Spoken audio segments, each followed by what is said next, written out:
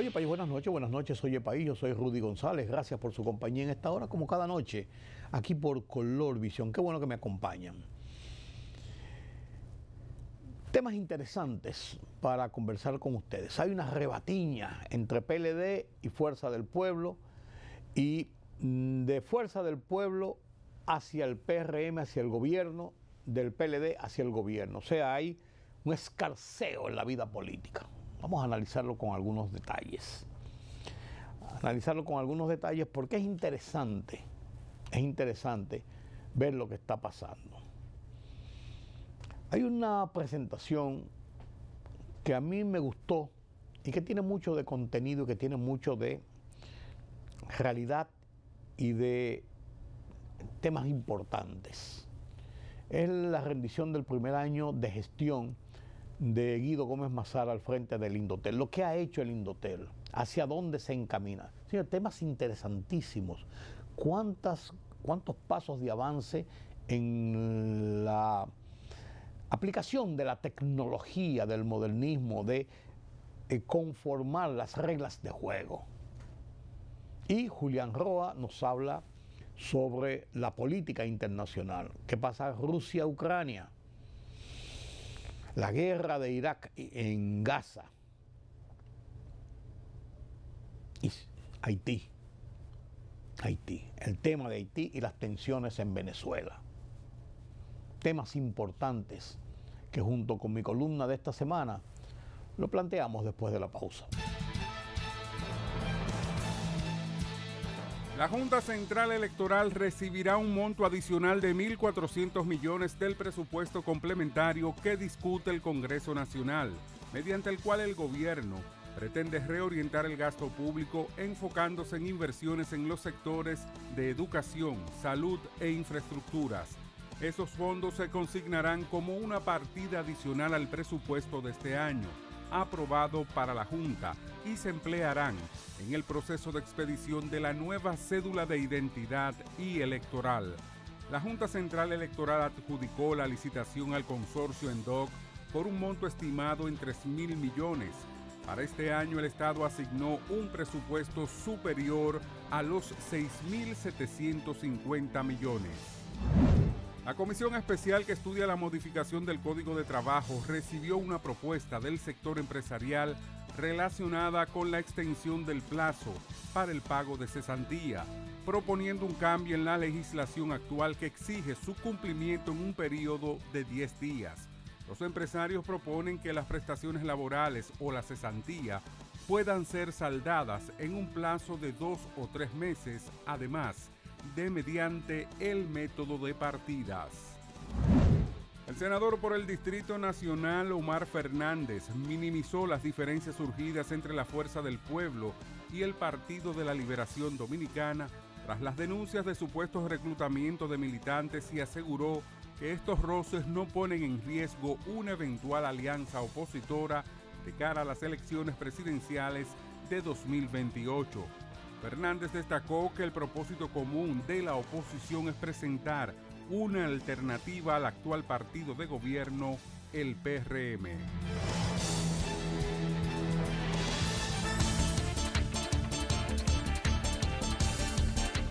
El primer ministro indio Narendra Modi informó que se reunirá con el presidente ruso Vladimir Putin y el mandatario de China Xi Jinping en la ciudad china de Tianjin durante su visita a la 25ª cumbre de la Organización de Cooperación de Shanghái, que se celebrará del 31 de agosto al 1 de septiembre. En el mismo contexto, el líder indio destacó que el país surasiático es un miembro activo y constructivo de la Organización de Cooperación de Shanghái. Durante nuestra presidencia hemos introducido nuevas ideas e iniciado colaboraciones en los ámbitos de la innovación, la salud y los intercambios culturales. India mantiene su compromiso de trabajar con los miembros de la OCS para abordar los desafíos compartidos y profundizar la cooperación regional, indicó Modi. El presidente de Venezuela, Nicolás Maduro, compartió un video para resaltar la fortaleza de su país ante el asedio de Estados Unidos, que no descarta usar la fuerza contra Caracas. ¿Qué quiere el gringo imperialista? Las riquezas de Venezuela, colonizarla, partirla en pedazos, pero no han podido ni podrán, ni hoy ni jamás. Nacimos para vencer y jamás para ser vencidos, expresó el mandatario en Telegram, tras mostrar parte del adiestramiento que recibieron miles de jóvenes en el segundo curso de operaciones especiales revolucionarias. El reciente discurso del canciller de Alemania, Friedrich Merz, en la Baja Sajonia, ha generado revuelo y malestar incluso en su propia coalición gobernante, debido a una frase con la que quedará asociado para siempre. El estado de bienestar, tal como lo tenemos hoy, ya no se puede financiar con lo que producimos en la economía. Las razones por las que Merz impone nuevos recortes a sus ciudadanos, al mismo tiempo que destina miles de millones al régimen de Kiev, son analizadas con detalle en un artículo para RT de Tariq Krill, historiador alemán de la Universidad de KOP de Estambul, especializado en Rusia, Ucrania y Europa del Este, la historia de la Segunda Guerra Mundial, la Guerra Fría, cultural y políticas de la memoria. La libertad solo reside en los estados en los que el pueblo tiene el poder absoluto. Por el respeto a los valores democráticos y la dignidad del pueblo dominicano, el rumbo de la tarde, plural, objetivo, comprometido siempre con la verdad. Con Georgie Rodríguez, Rudy González y Ramón Colombo. Los poderosos ya están en el aire.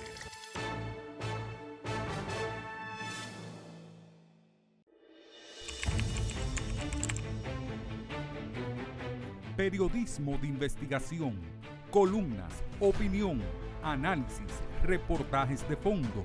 Hora por hora, una completa plataforma multimedia. Periodismo con valor. Noticias horaporhora.com.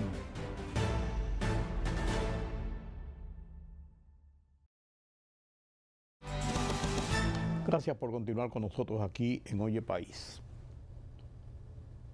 No cabe dudas que hay una lucha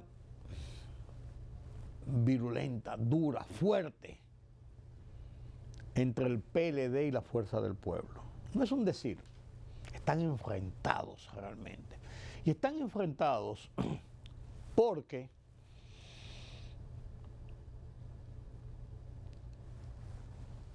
son los que lideran la oposición y están mirando Fuerza del Pueblo y el PLD hacia el 2028 para cómo enfrentar al partido de gobierno y su candidatura en el proceso electoral venidero.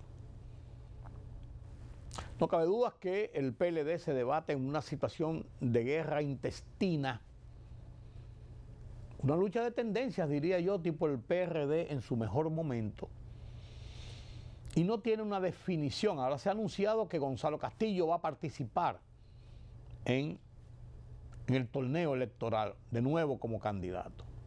Está Francisco Javier García, que se ha apagado, llevaba un buen ritmo, pero se ha apagado.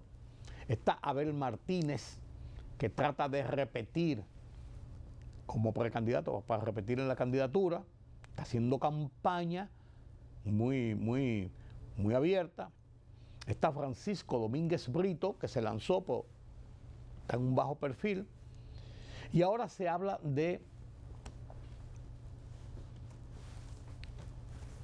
Gonzalo Castillo de nuevo. Pero todos y cada uno de ellos no reúnen la condición de un liderazgo fuerte. Usted me dirá, bueno, los líderes se construyen en el proceso de la campaña, podría ser. Pero de un liderazgo fuerte, después del posicionamiento que obtuvo el PLD en las elecciones del 2024, que quedó en un tercer lugar desastroso y hasta penoso, de un 10%, después de haber sido un partido de gobierno durante los últimos 20 años, y de haber logrado alcanzar 60 y tanto % en las elecciones del 2016, por ejemplo. No hay ese liderazgo.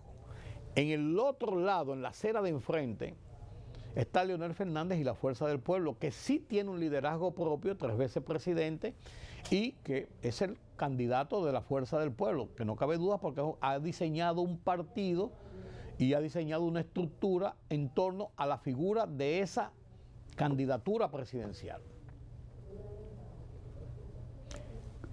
Cuando surgió la crisis del 2019, después de las primarias en que se impuso, el PLD impuso a Gonzalo Castillo como candidato para esas elecciones, Leonel Fernández se va del partido, monta su partido, crea su partido, participa como candidato y saca apenas un 5% de la votación, pero sigue trabajando. ¿De dónde saca Leonel Fernández y la Fuerza del Pueblo la masa principal, cuantitativa y hasta cualitativa de su fuerza política? Del PLD, de donde él viene. Era presidente del PLD cuando se fue del PLD. Fue 3 veces presidente de la República por el PLD. Viene de una formación del PLD, de los acuerdos del 94, Bosch-Balaguer. Entonces se nutre de ahí. Para las elecciones del 2024 se hicieron esfuerzos, muchos esfuerzos de algunos grupos por tratar de lograr una unificación del PLD y la Fuerza del Pueblo en ese momento para llevar un candidato presidencial unificado de la oposición con 2 grupos de extracciones similares para enfrentar al partido de gobierno, a Luis Abinader en la reelección, y al PRM, que es un partido en crecimiento. No lo lograron porque las malquerencias entre Danilo Medina y entre Leonel Fernández parecen inzanjables. Se reunieron a decir que estaban, pero dijeron que no iban a participar juntos en un proceso electoral, y así fue. No participaron juntos en un proceso electoral. Y eso los llevó a lo que ha pasado. Ahora el PLD denuncia públicamente lo que se sabía que está pasando, que hay una estructura organizada buscando y captando gente del PLD para la Fuerza del Pueblo.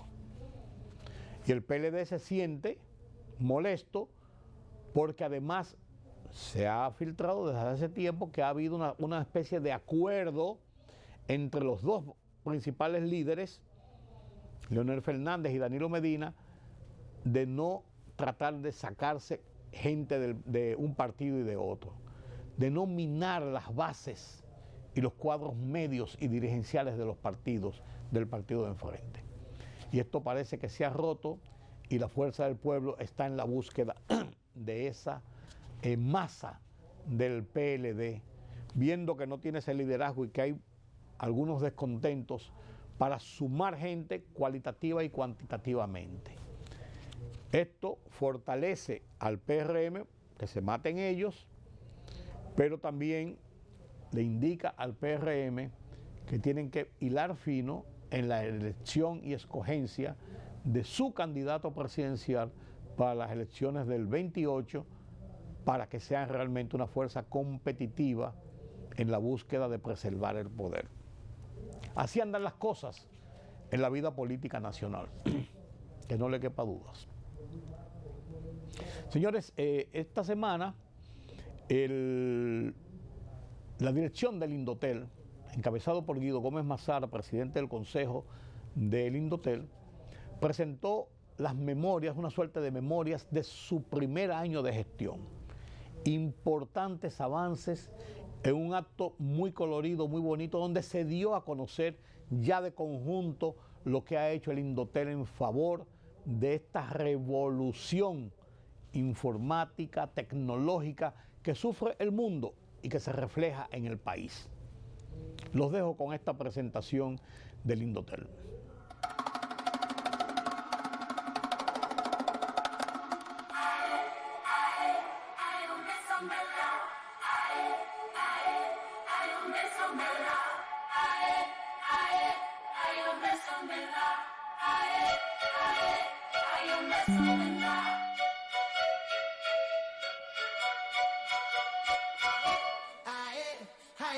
son verdad.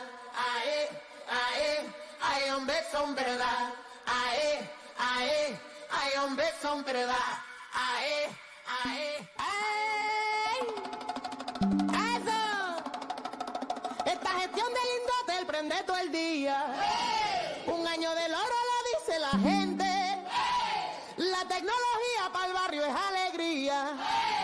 Y la conexión se siente presente. Ae, ae, ay, hombre, son verdad. Ae, ae, ay, hombre, son verdad. Ae, ae, ay, hombre, son verdad.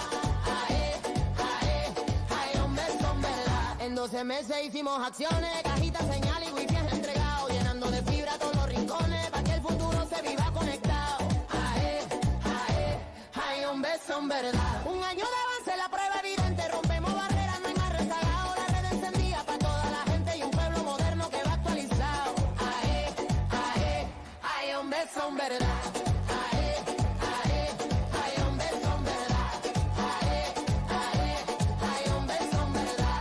Ae, ae, ay, hombre, son verdad. Cerrando la brecha digital total, redes conectados, misión encendida, quedarse sin redes sería fatal. Pa'lante seguimos con toda la energía.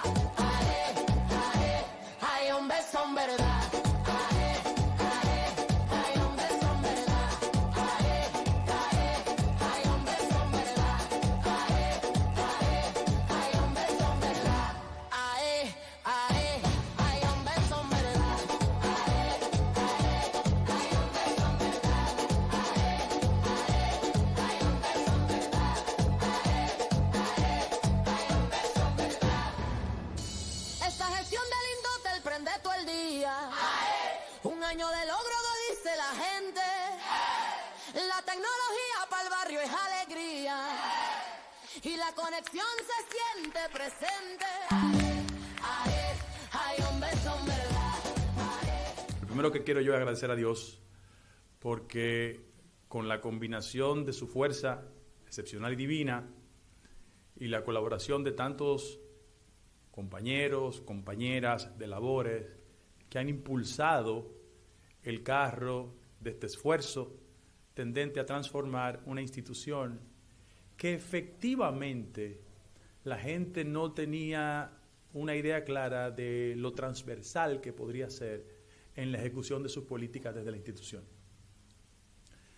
Yo quiero admitir que el tema que más nos ocupa y preocupa a los miembros del Consejo, porque he tenido la suerte de compartir la gestión del Indotel con una distinguida dama, en este caso Yulisa, que tiene muchos años en la institución, pero el trabajo infantil no era penalizado cuando ella comenzó en el Indotel y por vía de consecuencia no le calculamos el tiempo, pero tiene una experiencia acumulada, que ha sido una persona que ha contribuido efectivamente con el desarrollo de la gestión, los miembros del Consejo Directivo.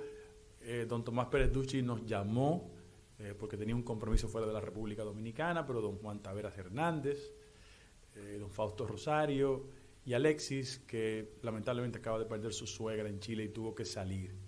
Pero yo quiero que ustedes sepan que en el espíritu armonioso que ha caracterizado el diseño de nuestras políticas, siempre ha prevalecido la idea de servir al país, de servir a la gente. Sobre todas las cosas porque en la República Dominicana hay una propensión a que temas tan sensibles como el tema de la tecnología sean abordados al margen de la rigurosidad estadística. En el país hay una profunda vocación por opinar de todo sin los criterios de datos que son tan indispensables para la formulación de una política pública efectiva. ¿Cuál es la situación que tenemos en términos estadísticos? En la República Dominicana hay un nivel de cobertura de 90%, sobrepasa el 90%, el nivel de acceso a la Internet está en 88.5%, que es más o menos 10 millones de ciudadanos, pero como de costumbre, cuando analizamos las estadísticas en materia de acceso a la Internet, tenemos el desafío de que 35% de las personas que tienen acceso a la Internet no hacen un uso productivo porque no poseen las destrezas tecnológicas. Y cuando se habla de brecha digital es en gran medida eso. Y el esfuerzo nuestro es reducir esa condición para que la mayoría de dominicanos y dominicanas no vean el uso de las herramientas tecnológicas como un elemento tan distante de su realidad. Ese es el desafío que tenemos. Y entre todas las cosas que hemos hecho, repito, que es con el auxilio de todos ustedes, la colaboración, la receptividad de los amigos de la prensa. Quiero decir que cuando pensamos en destacamentos conectados, con televisión terrestre digital, con reivindicar el control del espectro de los dominicanos en el área fronteriza, cuando somos capaces de generar a cabezas de familia destrezas digitales, cuando tuvimos la iniciativa de adquirir un edificio, ya debo anunciar que mañana formalmente nos entregan el edificio del Indotel.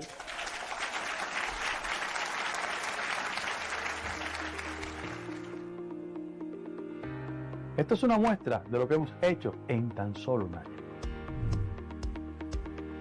Licitamos la iniciativa WAST Conectada. Otorgamos 30.000 becas en habilidades digitales y 500 becas STEM. Instalamos nuevas salas digitales. Llevamos la conectividad de fibra óptica a la región sur. Ampliamos el proyecto Canasta Digital. Conectamos más de 60 destacamentos. Realizamos el Congreso Indotel 4.0 y el Foro Periodismo, Redes Sociales y Democracia. Defendimos el espectro en la frontera con Soberanía 4.0. Encendimos la televisión terrestre digital. Renombramos el Centro Indotel a Edificio René del Risco Bermúdez. Recorrimos el país con nuestro domo inmersivo. Regulamos la velocidad mínima de Internet. Impulsamos la modificación de la Ley de Telecomunicaciones. Comunicamos nuestras acciones en Indotel Podcast. Adquirimos un nuevo y moderno edificio institucional. Fomentamos el uso de servicios electrónicos de confianza. Propiciamos la firma digital para notarios. Innovamos con Teo, nuestro asistente virtual. Legalizamos el uso de roaming nacional. Incentivamos la innovación con I+D Lab. Invertimos 300 millones de pesos en bloqueadores de señal para las cárceles. Clausuramos y sancionamos emisoras y revendedoras. Llevamos charlas de ciberseguridad a niños y adolescentes. Brindamos oportunidades laborales a personas con discapacidad. Respaldamos la validación de identidad en líneas prepago. Entregamos juguetes con el proyecto Árbol de la Esperanza. Firmamos acuerdos interinstitucionales y con asociaciones empresariales. Estrechamos lazos con la UIT, Regulatel, OEA y organismos internacionales. Participamos en foros clave en Chile, Estados Unidos, España y Suiza. Presentamos la candidatura de República Dominicana al Consejo de la UIT. Un año de transformación, inclusión y conectividad para todos. Querido amigo Guido Gómez Mazara, presidente del Consejo Directivo del Instituto Dominicano de las Telecomunicaciones Indotel. Un funcionario que no luce que apenas va a cumplir un año, sino que esta transformación que hemos visto, que se ha venido dando a través de Indotel, parece que ya estuvieras ocupando este puesto por los 5 años que llevamos de gobierno. Esta es una prueba inequívoca que hemos puesto en el Indotel, la tecnología al servicio de la gente. Esta semana también en mi columna Oye País, en el Listín Diario, hablé sobre el tema del inicio del año escolar y cómo han tratado de torpedearlo desde algunos sectores. Mi columna se titula Retorciendo la Verdad y la comparto con ustedes a continuación.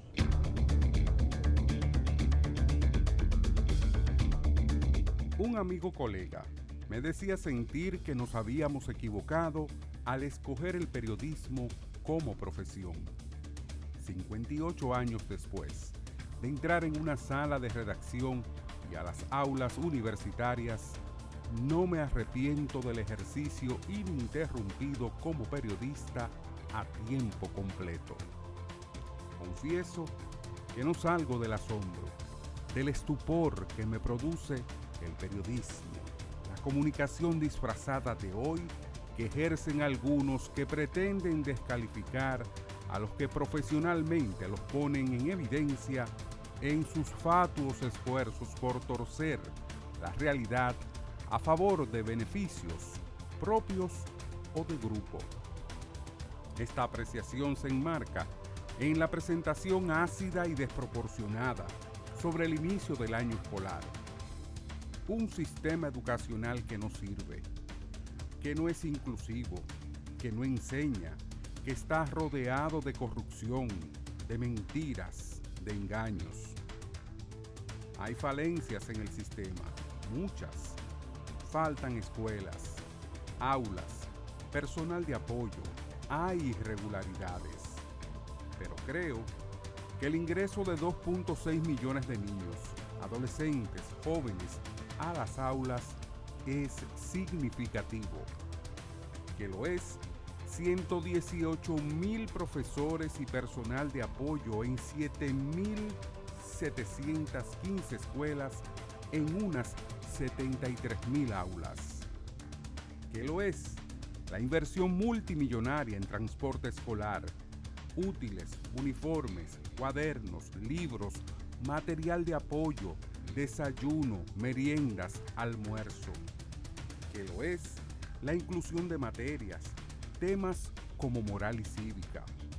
Que lo es el compromiso, la decisión expresada de apostar y trabajar por elevar la calidad de la enseñanza, del aprendizaje. Penoso es que se persiste en tratar de guiar a la sociedad por los caminos del sectarismo político y o del escándalo interesado y personalizado de comunicadores y o pseudo periodistas, que en busca de protagonismos mediáticos y o para complacer a sus amos enquistados en la partidocracia nacional, se apartan de la verdad, de la objetividad, del bien común. Política, economía, sociedad. Los temas del día a día los contamos con claridad y con precisión. Recuérdate que el INTEVI se aumentó a un 18 para bajarlo a un 16. Sí. Una libertad de prensa que ellos no manejan y de expresión. Hay una especie de experiencia frustrada de la OEA en Haití. En Oye País, información veraz, periodismo con valor. Oye País, de lunes a viernes a las 12 de la medianoche por Color Visión. Siempre lo mejor. Periodismo de investigación, columnas, opinión, análisis, reportajes de fondo. Hora por hora, una completa plataforma multimedia. Periodismo con valor. Noticias horaporhora.com.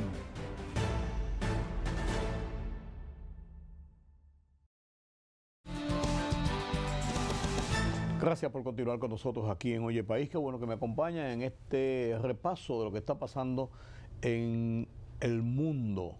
Las noticias internacionales, los detalles de las negociaciones, de los acuerdos, del devenir cotidiano. Nadie mejor que Julián Roa, nuestro analista de temas internacionales, para conversar sobre 3 o 4 tópicos que están en la palestra en estos días. Buenas noches, Julián. Buenas noches, don Rudy. Gracias por estar con nosotros. Qué bueno. Radio Oyente. Radio Oyente no, es el programa tuyo de por la mañana. Estos son televidentes. Sí. Es que se te cruzan los cables. A mí me pasa todos los días. No, por eso te lo estoy diciendo. Mira, Julián. Las tensiones que hay en Venezuela, ¿son fundadas o son reales? Lo digo por lo siguiente. Yo creo que los Estados Unidos, mi opinión, estaría apretando un poquito a Maduro y dice, estamos aquí. Y yo creo que Maduro está aprovechando la coyuntura para entonces envalentonarse, mostrar que ellos son capaces de cualquier cosa y buscar un apoyo de su pueblo. Yo creo que es un toma y daca. Eso es lo que yo creo. ¿Llegará a eso a vías de hecho o alguna situación? La posible intervención en Venezuela de militares norteamericanos es un extremo, pero es una posibilidad. No, las dos cosas. No, sí, okay. Sí, es como comenzar en 0, pero con la posibilidad de llegar a 10. Sí. Se busca fundamentalmente, recuerde que hay la fiscal general de los Estados Unidos abrió una investigación contra el presidente Nicolás Maduro, supuesto real o no, supuesto cabecilla de un cartel de la droga llamado el cartel de los soles. Lo de los soles por las estrellas de las insignias de los militares venezolanos. Sí. Pero ese es un expediente abierto en los Estados Unidos. No por Donald Trump, sino claro que por el órgano de persecución en los Estados La Unidos. DEA. Claro. La ley y la justicia. La ley y la justicia. Claro que eso ha dado como consecuencia que Estados Unidos comience una operación, que por cierto no le ha colocado nombre todavía, lo haría si haría la intervención, para enviar 8 barcos a los Estados Unidos. 2 de ellos ya inclusive en aguas territoriales de Aruba, de Curazao, que por cierto hubo un frente a Venezuela prácticamente. Claro, por supuesto, frente a la isla Margarita. Un incidente en el sentido de que Curazao inicialmente negó la presencia de barcos norteamericanos. Ya en una segunda declaración no lo niega ni lo afirma. Hay 2 barcos frente a la costa venezolana en el Caribe, pero hay 2 barcos en el Pacífico también, lo cual indica que, y hay 2 que están un poco más arriba, encima de la República Dominicana inclusive, pero todos tienen como único objetivo, supuestamente, sacar a Nicolás Maduro de Venezuela. Usted dirá, bueno, ¿puede Estados Unidos invadir a Venezuela? Sí, podría hacerlo. Y ya no sería descabellado. Después de los ataques a Irán, que usted recuerda hace unos meses, sí. Irán es una de las potencias militares más grandes del mundo. Por cierto, amigo de Venezuela. Sí, pero comparado con Venezuela en términos de poder militar. Y sobre todo en una época donde todos los países están en negociaciones. Está en negociación Rusia con Ucrania, en el cual Estados Unidos, ninguna de las 2 partes quiere incomodar a Estados Unidos. Ni lo quiere Rusia ni lo quiere Ucrania. El caso de Irán, que ha sido ya bombardeado por los Estados Unidos, no va a meterse en una crisis con Venezuela. Ya le han doblado el brazo. Eso, totalmente. Sí, y por supuesto Naciones Unidas, que Venezuela ha pedido a Naciones Unidas que se pronuncie, no lo ha colocado en la agenda. No lo sé si lo hará. ¿Cuál es el resultado de esto visto de manera por segmento? El primer segmento es la salida de los buques de Fort Knox, pero un segundo elemento es que ya Venezuela ha comenzado a prepararse por una posible intervención. Y eso genera muchas variables a lo interno de Venezuela. La movilización de los militares, el costo que significa movilizar todo el aparato militar, una parte propagandística de la supuesta inclusión de los grupos civiles en una guardia civil. Los reservistas ahí. Pero a lo interno de lo que es el estamento del gobierno pudieran producirse disidencias. Y una disidencia dentro del gobierno podría generar una inestabilidad alrededor de el anillo, el circuito de seguridad de Nicolás Maduro. Quizás por eso los $50 millones en oferta. Claro, como para patentar a cualquiera. Sí, pero también no es Nicolás Maduro que está acusado, hay un grupo. Sí, claro. Dentro de ella está el propio Diosdado Cabello, están Padrino. Los hermanos Rodríguez. Padrino. Todo eso tiene mucho que ver, no sé si usted recordará, el año pasado, bueno, al inicio de este año, hubo un personaje venezolano que se declaró culpable en la ciudad de Miami, en la Florida. Fue el Pollo Carvajal, ¿te recuerdas? Sí, claro. El Pollo Carvajal o Manuel Carvajal era el encargado de inteligencia del gobierno de Hugo Rafael Chávez Frías y del propio Maduro. Y el Pollo Carvajal, que inicialmente fue apresado en Aruba y luego fue apresado en Madrid y al final fue extraditado a los Estados Unidos, la acusación es de tráfico de drogas. Y la declaración del Pollo Carvajal, eso es lo que han traído esta... Usted dirá, ¿por qué 6 o 7 meses después? Bueno, porque hay otras declaraciones dadas por varios carteles de las drogas en México. En México ya extraditado a Estados Unidos. El caso del Zambada, sí, Zambada. Y bueno, Zambada ya se declaró culpable incluso. Y el anterior, el Chapo. El Chapo Guzmán. Todo eso es un relato de Estados Unidos. Si es cierto o no, en este caso no tiene mayor relevancia. Estados Unidos va a tomar una acción militar que podrá ser un debilitamiento por parte de los grupos alrededor de Maduro o al final algo que luce descabellado pero no descartable, una intervención de Estados Unidos en Venezuela. Quizás el tema de Guyana y del Esequibo, que hay muchas tensiones, podría ser un motivo. Podría ser un punto de negociación, Sí. de que Venezuela desista de manera definitiva a esas pretensiones, que son pretensiones meramente clientelar, en favor de Maduro. Busca unificar a Venezuela en torno a un objetivo extraterritorial o no nacional. Todo el venezolano quiere la zona de Esequibo, es innegable. Es como al dominicano que le pidan tierra. Claro. Eso unifica a los países. ¿Puede ocurrir una intervención militar norteamericana? Sería el extremo, lo repito, pero no es descartable. Venezuela tiene, recuerda que Venezuela fue un gran aliado de los Estados Unidos en los gobiernos de los adecos y los copellanos. Sí, sí. De hecho, el armamento militar venezolano de ese entonces era norteamericano. Que ahora es ruso y francés y iraní. Los aviones, Venezuela fue de los pocos países de América Latina que logró comprar F-16, que son unos cazabombarderos a los Estados Unidos. Después, con la subida de Chávez, Estados Unidos decidió no venderle las partes, los repuestos y esas cosas. Y entonces Chávez compra los Sukhoi, que son rusos, tanto igual que los MiG, los helicópteros.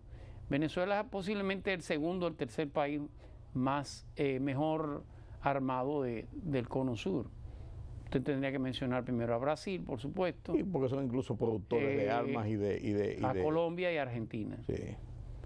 Pero le insisto, es una situación que usted no sabe por dónde se va a dar la galleta, como dice. O por dónde comienza y por dónde termina. O hasta qué punto podrá Nicolás Maduro esté dispuesta a ceder a pretensiones norteamericanas. Todo es un juego. No sabemos cómo ya sabemos cómo comienza, pero no cómo va a terminar. Es un juego también lo que está pasando con Rusia, Ucrania, porque el juego, Donald Trump está en el medio. Claro. Él es el dueño del tablero y fue el que movió el primer alfil hacia adelante. Y los otros deben jugar, pero no están jugando. Zelensky coge la pieza y la pone en la mano, pero no la coloca porque no tiene la fuerza para colocarla. Y Putin se queda mirándolo y dice, me gustaría mover ese alfil hacia esta zona, pero no lo hace. Y juega con eso. En el interín, la Unión Europea está muy nerviosa. Sí. Y quiere participar y quiere ser parte del pastel y de la decisión que se haga y de la solución que se tome, viendo hacia su futuro, porque ellos quedaron entrampados en la guerra, por así decirlo. Estaban en su zona de influencia. Entonces, ¿será un juego también esta parte o usted cree que se va a llegar a algunos acuerdos? Las negociaciones se sabe cuándo se comienzan, no cuando se terminan. Ni cómo se terminan. Ni cómo se termina, ni cuál va a ser el resultado final. Esa reunión de Anchorage en Alaska entre Putin y Trump fue una reunión muy amigable, muy saludable, pero no llegó a ninguna conclusión. Y la reunión al día siguiente de Zelensky con Trump tampoco tuvo gran repercusión. Esa inclusive usted recuerda que fue acompañado, la novia fue acompañado de todo un séquito. Sí, del liderazgo europeo. En este caso Zelensky estuvo acompañado de los líderes más importantes de Europa. Incluyendo del la OTAN, canciller alemán, incluyendo la OTAN, incluyendo la Unión Europea como estructura. Incluyendo al jefe de la OTAN. Que mire algo extraño, están dispuestos a ceder dentro de las negociaciones que Ucrania ceda los territorios ocupados. Quien no quiere es Zelensky en este caso. El tranque está de manera personal o por lo menos grupal en Ucrania en no ceder los territorios que ya han sido tomados por Rusia y que tradicionalmente sus habitantes son eslavos, son rusos. Hablan ruso. Sí, pero es parte de una derrota militarmente. Los europeos saben que el costo de seguir la guerra es muy alto, sobre todo para ellos. Y peligroso. Recuerde que la fuente energética para la producción alemana es meramente rusa. Ya ni siquiera pasa por Ucrania. El gas que fue desviado. Totalmente. Que se produce, se consume en Alemania, es un gas ruso que ahora cuesta 5 veces lo que costaba antes de la guerra. Y eso de una manera u otra ha ralentizado o ha generado una especie de recesión en Alemania y por lo tanto en toda Europa. En este caso Putin juega al tiempo. Él tiene de ganar. Donald Trump le dio un segundo aire, como se dice. La verdad es que la tensión en Rusia, a lo interno de Rusia, antes de la llegada de Trump, no favorecía a Putin. Ahora no. Ahora, con Trump, los rusos entienden que la salida va en favor de Rusia y no de Ucrania. Sí. Al final podría inclusive esto generar algún tipo de golpe de Estado o de salida de Zelensky como pieza importante en la solución. Pero Zelensky se ha convertido en un líder innegablemente en Ucrania e incluso en Europa. Por su Recuerda que él resistencia. llega como actor. Sí, pues, por eso te digo, se ha convertido en un líder. Sí. Porque no él era ha un hecho líder. mejor papel en la realidad que el que hizo en las películas. Pero a veces los líderes se sacrifican. O son Sí. sacrificados. O lo sacrifican. Por eso te digo, o son sacrificados. Todo es un juego, repito. Donald Trump ha conseguido que haya mayor gasto militar de toda Europa. Si la OTAN es el escudo de protección de Europa, entonces son ustedes que tienen que poner los recursos, no Estados Unidos. Y ha obligado, con excepción de España, a que el incremento sea de un 5% de su Producto Interno Bruto. A España le dijo, te lo cobro de todas maneras. Así debía Tú vas a poner un 2, pero yo te voy a cobrar lo otro. No sé cómo. Eso es correcto. Eso es correcto. Sí. Pero a donde no se dé ni cesa la situación es en Gaza. Todos los días hay una amenaza de Israel.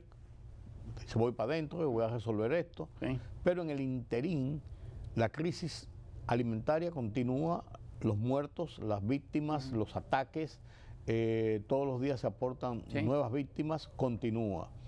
Y jamás, bien gracias, los rehenes, bien gracias, y la situación continúa. Esta semana hubo un ataque de Israel a Damasco. Damasco es la capital de Siria. Recuerda que hace alrededor de un mes hubo un ataque de Israel a algunas provincias en Siria, protegiendo a los drusos. Los drusos son una minoría que están en Siria, están en Israel y están en otro de los territorios, creo que en el Líbano, en Jordania. Sí. Pero es una minoría que donde mejor se acomode, donde ha llegado mayor poder es en Israel.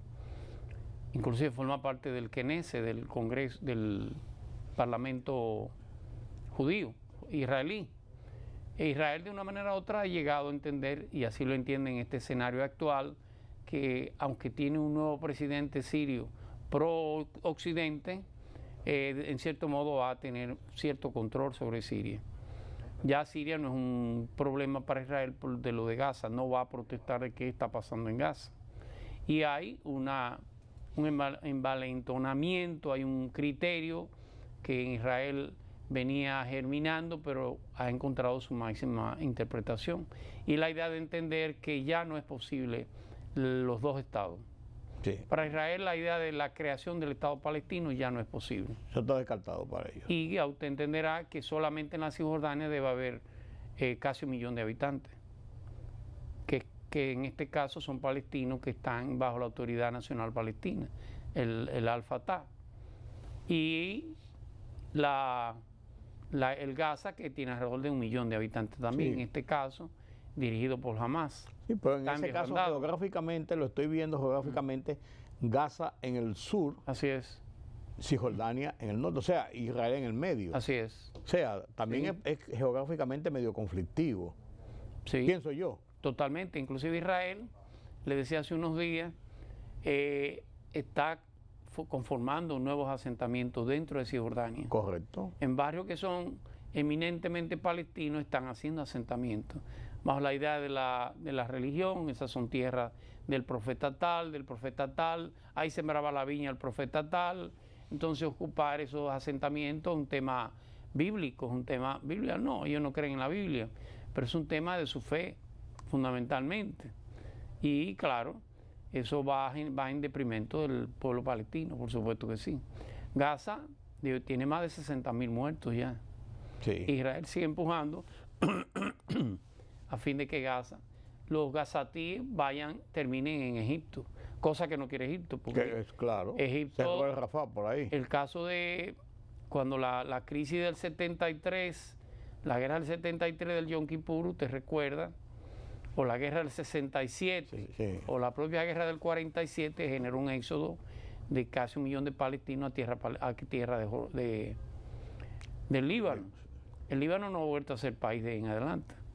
El Líbano es una zona de conflicto de hace más de 40 años. Incluso Eso quiere evitarlo Egipto. Incluso con el poder que ha desarrollado Hezbollah dentro de ellos. Totalmente. Que ahora también están en desbandada. Sí. Era el apoyo de Irán, igual que el grupo Hamas, y ahora no tiene ese gran apoyo financiero, bajo la amenaza de Estados Unidos. Es un mundo que si no es unipolar, nos acercamos mucho a la eliminación de la multipolaridad internacional. Fue muy conflictivo por los temas étnicos, por los temas religiosos, por los temas de las tradiciones. Hay una multiplicidad de situaciones ahí. Inclusive se ha planteado la idea, lo llegó a plantear el ministro Netanyahu, de enviar a hacer asentamientos, claro, con el permiso de Sudán del Sur, de enviar gazatíes palestinos a Sudán del Sur, que la zona del Magreb es uno de los países más pobres del Magreb, de África. Eso es erradicarlos prácticamente de toda la zona. Del Sahel, de la zona del Sahel, sí. Eso es erradicarlo de la zona. Totalmente, claro que sí.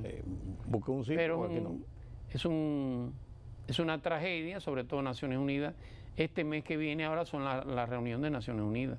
Y hay países... en septiembre es la Asamblea General. Correcto. Hay países tan alejados de lo que eran sus posiciones anteriores que Francia ha planteado la idea de solicitar el reconocimiento de Naciones Unidas a Palestina como Estado. Que ya varios países se han pronunciado en ese sentido. Ya lo hizo España, lo había hecho España. Alemania, aunque Alemania es la parte de mayor apoyo de Israel en Europa, pero no tiene la posición tan radical que tenía anteriormente. Eso busca Israel evitar que eso se produzca. Hasta por y aquí. eso se dilate hasta donde se pueda. Hasta de por América Latina han algunos que han ya hablado. Sí, claro. Como el caso de Brasil. Sí, el reconocimiento a Palestina. Por supuesto. Sí. El caso de Colombia igual. No le hablo de Argentina porque en Argentina es una extensión de Jerusalén o del Knesset de Israel. Perfectamente bien. Julián, no podemos dejar el tema de Haití de lado. En Haití es como una tómbola, diría yo, donde un día el boleto cae de un lado y un día el boleto cae del otro. Ahora vemos un empecinamiento, una decisión, un empuje de este gobierno provisional que, pero de hablar de elecciones, de ponerlo en el tapete, de ponerlo en discusión para no quedarse en el limbo, diría yo. Pero al mismo tiempo vemos cómo sigue la fortaleza de las bandas armadas, pero está la magnanimidad del señor Barbecue, de Jimmy Cericel, que dice: vamos a permitir que la gente vuelva a sus sitios tranquilos. Nosotros somos los que mandamos aquí y le vamos a dar esa gracia a la gente. Eso sigue en un limbo. No a todo el mundo le ha ido mal en Haití, debo decir. No, hay mucha gente que ha sacado mucho provecho. Ese consejo presidencial, conformado por políticos, empresarios, cuando termine todo esto y Haití algún día se estabilice, se van a dar cuenta cuántos contratos y cuántas concesiones se han dado en este consejo presidencial, que lo que ha hecho es hacer negocio por cada uno de sus incluso hay unos ¿cómo se llaman? ¿Cómo se llaman? ¿Cómo es que le dicen a los mercenarios? Contratistas norteamericanos que están ahí. El Blackwater, famoso grupo de Blackwater. Entre otros. Son mercenarios, claro que sí.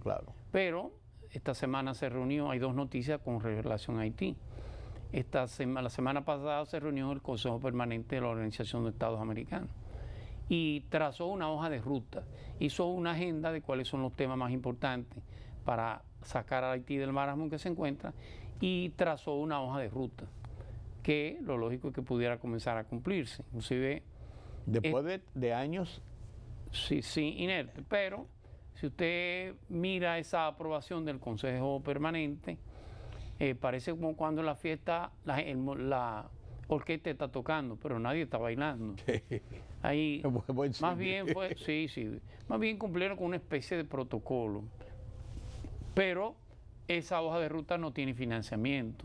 Se habla de 1.200 millones de dólares. Eso se lo lleva en una esquina Haití. Claro. Habla de estabilidad, de seguridad ciudadana. Eso significa eliminar las bandas.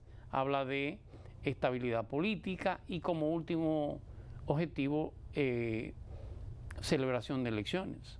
Esa hoja de ruta Le repito, es como oír la música, pero no, nadie está en el salón bailando. Ni siquiera se mueve No la creo silla. que vaya a generar mayores expectativas. Esta semana estuvo aquí el Subsecretario de Defensa. un subsecretario de Defensa del gobierno de los Estados Unidos para el hemisferio sur. El hemisferio sur somos nosotros. Sí. Y estuvo en la frontera, me imagino que iba a Puerto Príncipe, igual iba a tratar de hacer un periplo de cuál es la situación para rendir un informe de Oficial. poder decirle al presidente de Estados Unidos cuál podría ser la opción para Haití. Haití no es una opción, no está en la agenda norteamericana. Definitivamente. Solamente está en la agenda si se le meten 2 o 3 yolas o barcos a la Florida. De lo contrario, no está en su agenda. Definitivamente. Definitivamente. De hecho, Estados Unidos levantó el TPS para los haitianos. Ni aún en el momento en que intereses norteamericanos, con personal norteamericano, con ciudadanos norteamericanos, fueron víctimas de esa violencia. Ni siquiera ahí hubo una reacción directa. Estados Unidos, recuerde que hay una declaración que hace Estados Unidos cuando hay un país que ofrece peligro, y es que le advierte a sus ciudadanos no visitar ese país y lo que están o de ahí salir que de salgan. ese país. Sí. De ahí en adelante, cualquier acción que le suceda a usted le quita la responsabilidad al Estado de su protección. Sin ya embargo, se lo advirtió. ellos reaccionan. Claro. Generalmente En algunos reaccionan casos, cuando sí. le secuestran a alguna gente o le matan a Sí. alguna gente. Sí. Y en este caso no. Pero Barbecue, te mencionó a Barbecue. Barbecue es un personaje sin mayor relevancia. Una llamada de Washington a Barbecue lo hace coger un avión o lo hace buscar un exilio. Lo que hay que ver y lograr poner de acuerdo a los elementos que controlan el poder en Haití, que se ha fragmentado muchísimo. O sea, los titiriteros. Sí, porque al final eso ellos van a decidir. Cuando esos titiriteros se pongan de acuerdo, entonces podrá hablarse de una fuerza de intervención que pueda realmente apaciguar a Haití. El costo es alto, por supuesto, y ese costo tienen que pagarlo los ciudadanos haitianos. Claro. Estados Unidos no va a volver a meter tropas para arreglar un país que no quiere que se arregle. Es complicado. ¿Quién corre mayor riesgo de esa inestabilidad de Haití? La República Dominicana. Claro. Que tiene que seguir manteniendo esa frontera lo más vigilada y lo más controlada posible. Como garantía de la seguridad nacional. Y rogarle a la Virgen de la Altagracia que no se nos produzca una poblada de haitianos hacia territorio dominicano. Con las consecuencias que eso podía generar. No, eso sería catastrófico en Así términos, en todo el sentido de la palabra. Bueno, don Julián, gracias por este repaso sobre la política internacional y lo que está pasando. Cuando yo termino de conversar con usted, igual que con Carlos Cuello, me quedo con una sensación. Ya. Yo no hago los chistes como a veces, Carlos Cuello. Claro que no, estamos salvando el tiempo y la distancia. Por favor. No, sino que uno muchas veces busca fuentes de alivio, de comprensión, y a veces uno sale más perturbado de lo que está pasando en el mundo, ante la realidad. Así es. Igual que con Carlos Cuello, te dice muy bien que la economía va creciendo, pues después te dice, pero nos va a ahogar la deuda. Entonces, al final tú dices, ¿con cuál me quedo? Así es. Gracias, don Julián. Nos vemos el mes que viene. Si Dios quiere. El mes que viene, porque ya esta semana terminó. Termina el mes. Cómo no. Sí. Gracias por su compañía, gracias a ustedes por acompañarme en este conversatorio con Julián Roa. No puede ser mejor para ilustrarnos de lo que está pasando en el mundo y las consecuencias que ya sufre uno, porque a final de cuentas el mundo está interconectado, ya nada es lejos, todo es cerca. Así es. Gracias por su compañía. Nos vemos mañana nueva vez aquí en Color Visión. Yo soy Rudy González. Pasen un feliz resto de la noche.